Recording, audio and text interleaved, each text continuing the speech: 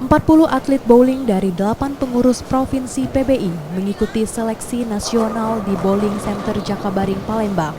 Seleknas digelar untuk memperkuat timnas bowling Indonesia proyeksi SEA Games ke-31 di Vietnam tahun ini. Seleknas akan memilih 7 atlet putra dan putri.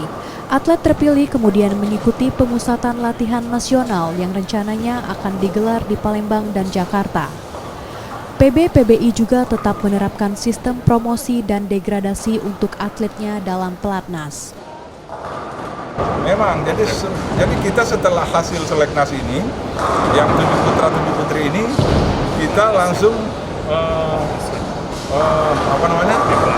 dipelatnaskan. Jadi langsung kita ambil untuk mengikuti pelatnas.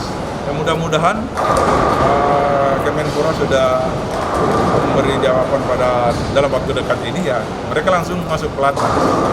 Pelatnas untuk bowling itu kan di Bowling Center Jakabaring, tapi ada juga bisa untuk penyesuaian atlet itu kita bagi dua antara Jakarta sama Palembang gitu.